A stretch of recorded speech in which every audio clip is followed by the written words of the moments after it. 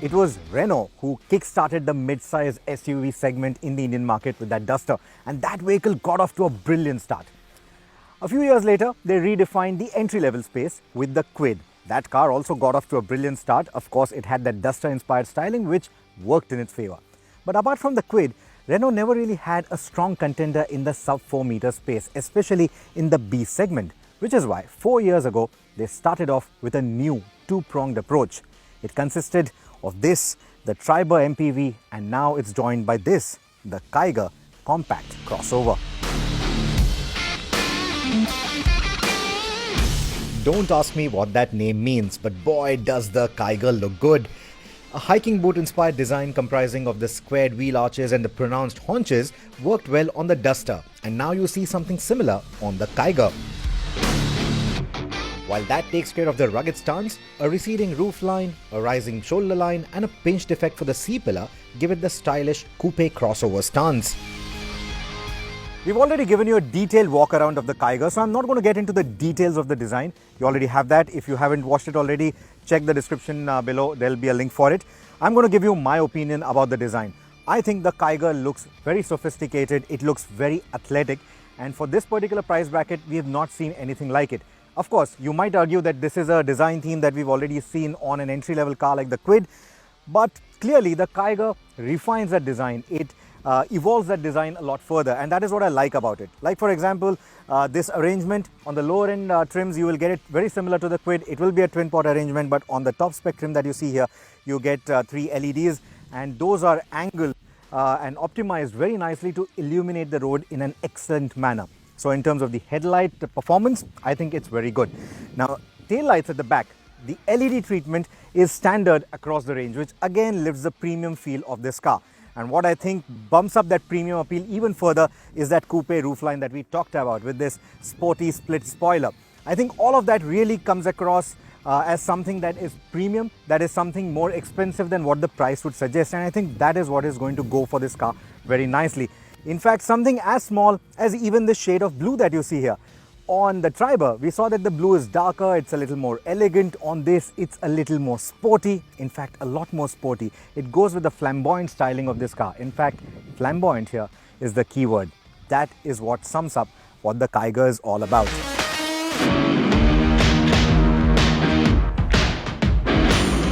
All these elements ensure that the Kiger looks good from all angles, but the layered design and the tons of cuts and creases it creates is going to make you visit the car detailing centers often. Some say that the Kiger looks like a Kwid in a passing glance, except it doesn't.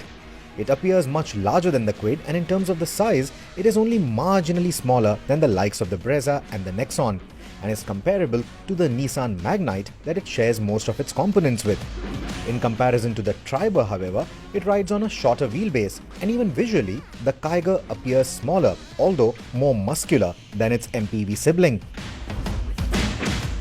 A small engine means that there is a stubby nose, which means it allows for more room in the cabin and also allows for a massive 405 litres of boot space. Quite generous.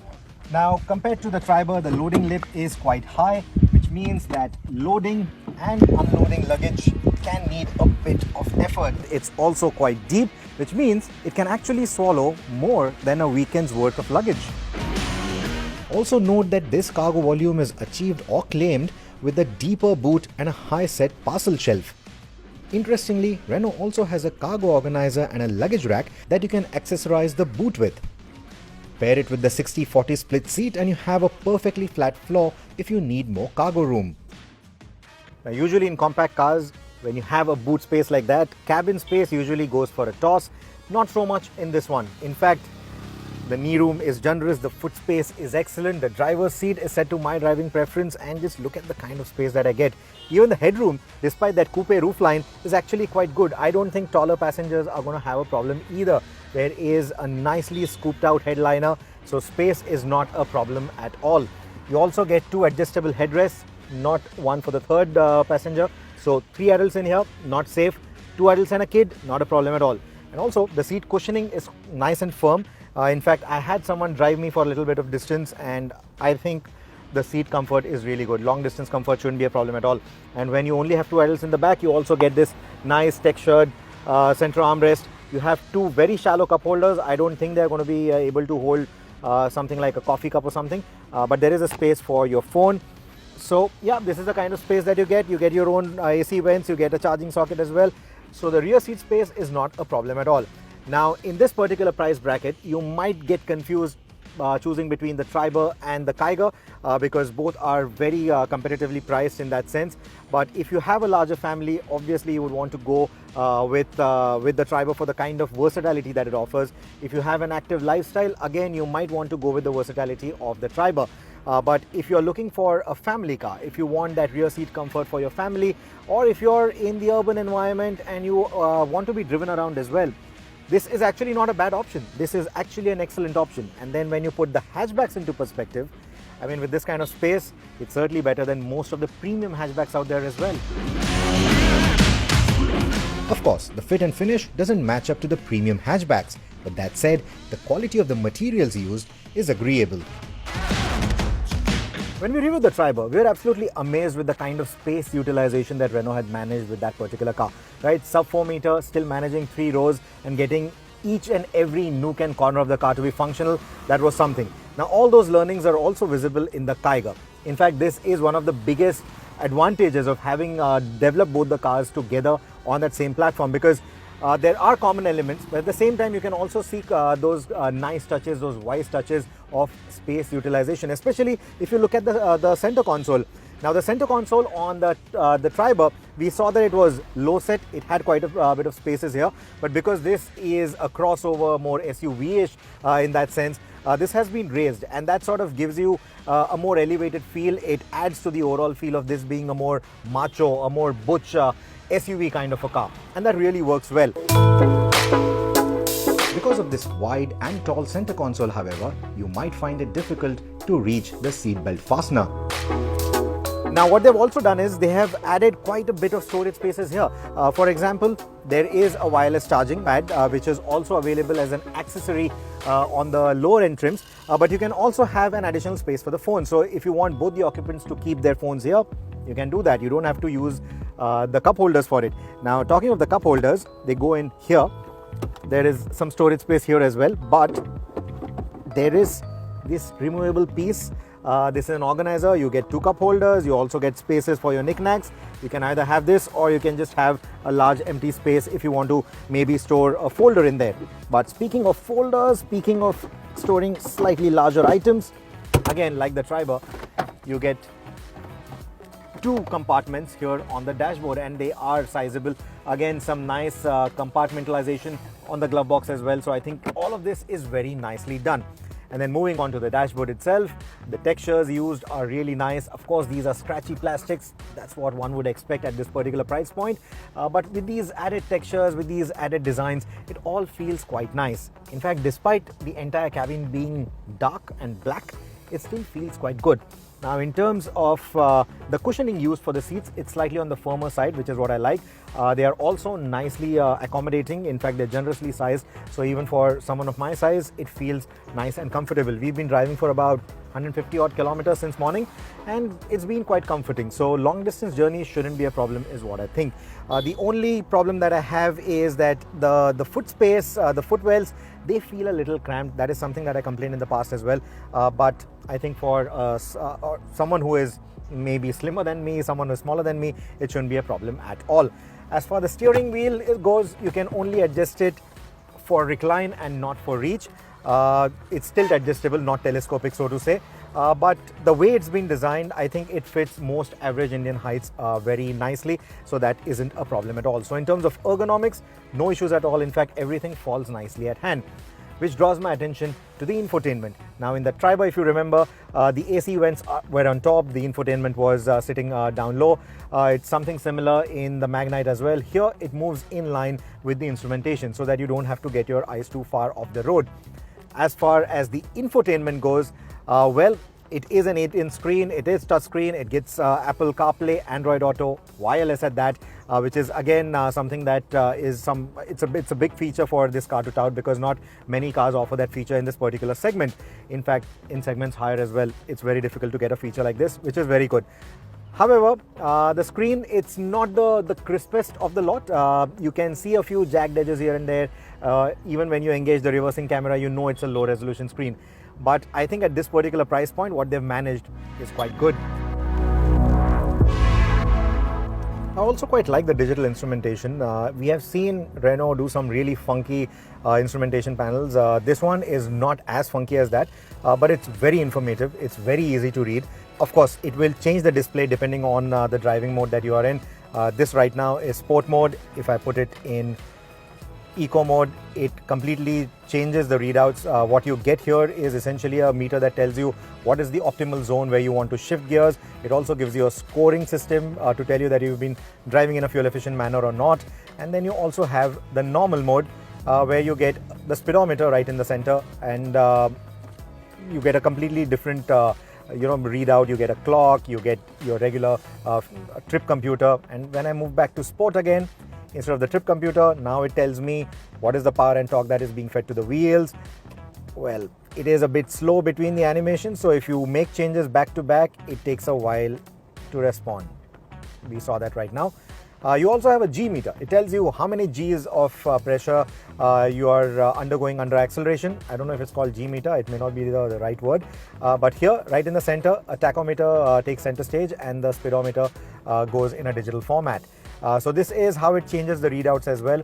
And it's very cleanly laid out. It's very easy to read. That's what I like. It's not too funky. And depending on the mode that you've chosen, you can have 3 different displays. So I quite like it. There are some shortcomings to this instrumentation too, like you have a tachometer only in the sport mode. But that's just the enthusiast in me talking. Now to go nitpicking. The LED headlamps, they are pure vision written on every module. Makes it feel very industrial. They could have just written pure vision once, it would have looked classier. There's white ambient lighting inside the cabin. You can also buy more accessories from Renault. But these lights, they are yellow, old school. Doesn't quite match. The mic for the telephony is right on top of the driver, which means that the person on the other end while on a phone call can hear the driver very clearly, but not so much the passenger. In fact, the co-passenger's voice comes in muffled. In fact, that could be a good thing if you have a passenger who loves to butt in every now and then when on a conversation.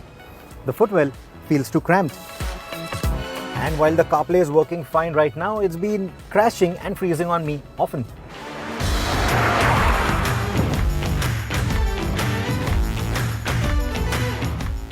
The Kiger comes with 2 engine options, an adequate for commuting 1 litre naturally aspirated petrol for the price-conscious buyer, and a punchier 1 litre turbo petrol aimed at those looking for slightly better performance to ferry a whole family. Characteristically, these 3-cylinder engines have a thrummy note, a judder at startup or while reversing, and noticeable pedal vibrations. Now, we have sampled these engines in the past, but this particular turbo engine comes with 3 driving modes as well. You have normal, eco and sport.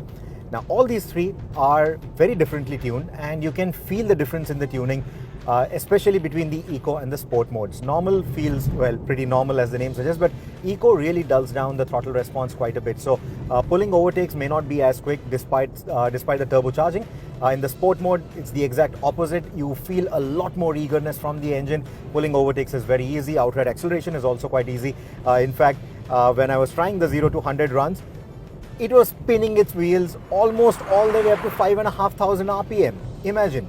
So you get that nice surge when the turbocharging kicks in, but you can be measured with the throttle, and then you can have cleaner starts as well. Now you have to be measured with the throttle because around the twisties, if you are a little too eager, there might be some wheel spin, there will be a bit of torque steer, and that can get unnerving if you are new to driving. But if you are an experienced driver, you might enjoy all these things. But once you get the hang of how the throttle pedal is, and you are very measured with the throttle, or rather you know exactly how you want to modulate that, then it becomes a lot more fun to drive. In fact, adding to that fun is on the screen, you can also get a readout for how much power and torque is being fed to those wheels. So that's, there's a bit of childish fun to it.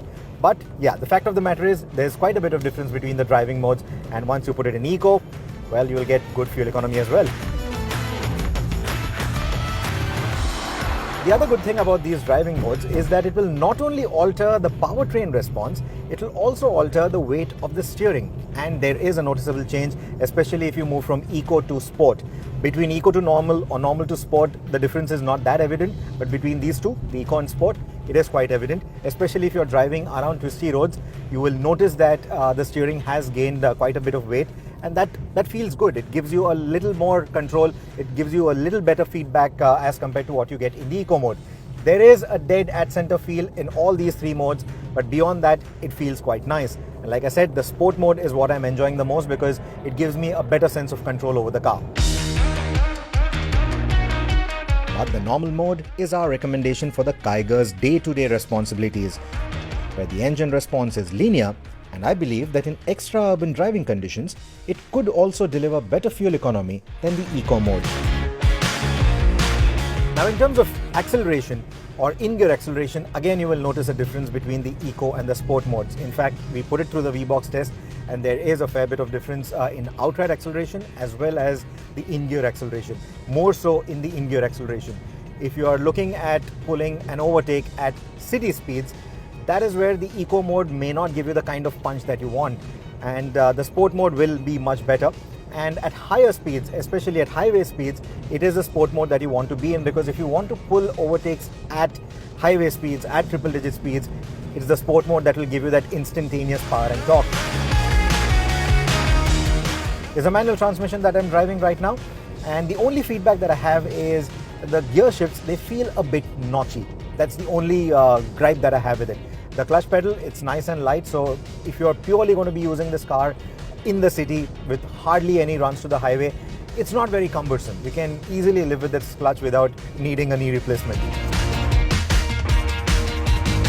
Now, since we are on winding roads right now, let's also talk about the handling, the dynamics. Now, of course, these are not very fast mountain roads, not the kind of roads that we usually take cars to. Here in Goa, the roads are much narrower, but these are tight switchbacks after all. And there is a nice sense of control. There's a nice sense of body movement on the Kiger. It's not too pronounced. There's not a lot of body roll. It never really gets unnerving. You're always in control of the car.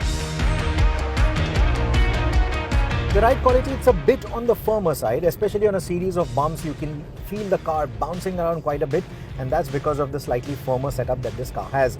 But there's nothing bone-jarring about it. It absorbs most of it quite nicely.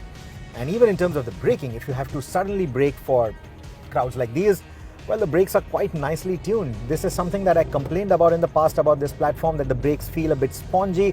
They don't feel as confidence-inspiring, but they have nicely negated all of those concerns with this particular car. The brakes are quite good, whether you're braking from 100 kilometers an hour, 80 kilometers an hour, or even at city speeds. There's a nice progressive feel to the brake pedal, and it brakes quite confidently. So, confidence-inspiring brakes? Absolutely. You also get this nice commanding view of the road, but in terms of visibility, the A-pillar is a bit thick. So especially when you come to intersections like these, there's a big blind spot and you might just completely miss the other vehicle. So this is something that you have to get used to. Otherwise, once you get the hang of it, getting a judgment of all the four corners of this car is not very difficult at all. It is a compact car after all, but if you're going to be upgrading from a hatchback, or if this is going to be your first vehicle, it's not something that requires a very big learning curve, which is a very good thing. Interestingly, the Kiger has 205 millimeters of ground clearance. That is as much as the Duster, which means that on stuff that may look a little tricky, a little bad, it can still go over it. Like I have found this nice trench with some tall speed breakers, speed humps, but it does that quite easily. And then I have big stones in front of me, which in the camera may not look very big, but in the real life, they look like stones that could literally tear through a sump of a regular hatchback or a regular sedan or something of that sort. This one just goes right over it without any problems. So it doesn't have all-wheel drive, it doesn't have 4x4 capabilities, but it has a decent ground clearance. So if you were to take this vehicle off the road for such mild off-road trails, or to your farmland, to your farmhouse, stuff like that, or purely take it to bad roads, there's no problem at all. It literally tackles all of that very easily. And it's not only about the spec, it's that sense of robustness, something that we've come to like with cars like the Duster. You have that sense of robustness even in this. and that is what I'm happy about, because at this particular cost I was a little worried. We've seen vehicles, its own siblings in the past, which don't feel as solidly built. This one gives you that feeling of being very solidly built, and that's a very good feeling to have. That said, it is too early to talk about the longevity of this car, and it will be interesting to see how it withstands the test of time. But from these initial impressions, the Kiger comes across as an impressive package at an extremely competitive price tag. Despite its low-cost engineering, it has a polished vibe to it, and its handsome styling and a fat list of features are bound to make it a winner for Renault. Do let us know, what do you think about the Renault Kiger? Does it tick all the right boxes? Does it leave any wishes unwanted? Let us know in the comment section below. We are intrigued to know. Thank you so much for watching, and while you're at it, also do not forget to subscribe to the Overdrive channel, like and share this video, and hit that bell icon so that you're always notified of content like this as and when we upload it.